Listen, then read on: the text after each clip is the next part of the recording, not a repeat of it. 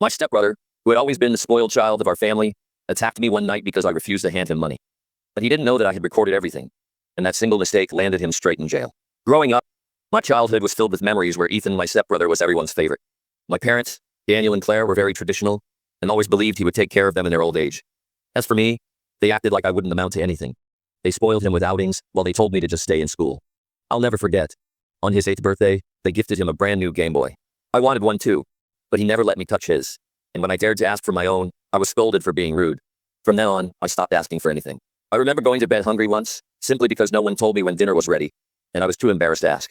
When I was 13, Ethan broke a window while playing soccer in the living room. My dad was extremely strict about such things, and without hesitation, Ethan blamed me. I tried to defend myself, explaining I was with friends at the time, but no one listened. Instead, I was punished, locked in my room for a week, with all my toys taken away. By the time I entered high school, I had learned to ignore everyone at home and focus on building my own path. My parents had already made it clear that only Ethan's college would be paid for, so if I wanted to study, I had to save up myself. I worked part-time sales jobs during school, where I met friends who would later become my business partners. When I turned 18, my parents kicked me out. Luckily, one of those friends offered me a place to stay. I invested everything I'd saved for college into our business, and against all odds, it worked. Years later, I was able to buy my own house, and I threw a party to celebrate. Of course, my parents and Ethan weren't invited.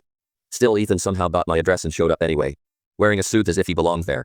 I didn't want to create a scene, so I let it slide and introduced him briefly to my friends, until he pulled me aside, asking to talk in private. That's when he dropped his real reason for coming. He wanted money. Apparently, the allowance my parents still gave him wasn't enough anymore, and now he wanted a car. He spoke to me as though I were some millionaire who owed him. I refused, telling him that everything I had, I earned through years of hard work. I even told him that I thought he had come to apologize or at least congratulate me. But instead, he was proving me right about everything. He didn't like my answer.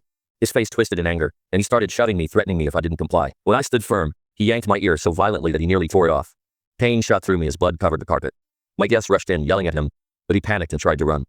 A few of my friends caught him, but instead of calling the police right away, I told him to let me get to the hospital first. I already had a plan. You see, my house was filled with security cameras, including the room where the attack happened. I knew Ethan would run to my parents and deny everything, but this time, the police would have undeniable proof. Thankfully, doctors managed to reattach my ear, and the moment I was discharged, I contacted my lawyer. Within hours, Ethan was arrested, and not even my parents could shield him this time. And it doesn't end there. I'm also suing him for the hospital bills and for the emotional damage he caused.